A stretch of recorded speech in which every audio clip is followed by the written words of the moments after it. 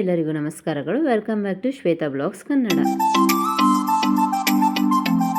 ಹಾಗೆ ಈ ದಿನ ಚಂದ್ರಘಟ್ಟ ದೇವಿಯನ್ನು ಪೂಜಿಸುವ ದಿನವಾಗಿರುತ್ತದೆ. ಇನ್ನು ನವರಾತ್ರಿಯ 3ನೇ ದಿನ ಕೂಡ ಆಗಿರುತ್ತದೆ. ಈ ದಿನದ ಬಣ್ಣ ಬಂದು ನೀಲಿಯ ಬಣ್ಣವಾಗಿರುತ್ತದೆ. ಈ ದಿನ ಚಂದ್ರಘಟ್ಟ ದೇವಿ ಎಂದರೆ ಪಾರ್ವತೀ ದೇವಿಯ ವಿವಾಹಿತ ರೂಪವಾಗಿರುತ್ತದೆ. ಭಗವಾನ್ ಶಿವನನ್ನು ಮದುವೆಯಾದ ನಂತರ ತನ್ನ ಹಣೆಯನ್ನು ದೇವಿಯು ಅರ್ಧಚಂದ್ರನಂತೆ ಅಲಂಕರಿಸಲು ಪ್ರಾರಂಭಿಸಳು.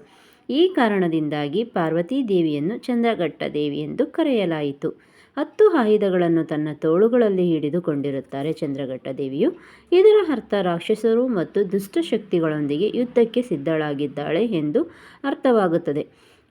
ಚಂದ್ರಘಟ್ಟ ದೇವಿಯ ಪ್ರಾರ್ಥನೆಯು ಭಕ್ತರಿಗೆ ಸಂತೋಷ ಮತ್ತು ಶಾಂತಿಯುತ ಜೀವನವನ್ನು ನಡೆಸಲು ಮತ್ತು ಈ ಮಾರ್ಗದಲ್ಲಿ ಬರಬಹುದಾದ ಕಷ್ಟಗಳನ್ನು ನಾಶ ಮಾಡಿಸಲು ಸಿದ್ಧಳಾಗಿದ್ದಾಳೆ ಚಂದ್ರಘಟ್ಟ ದೇವಿಯು.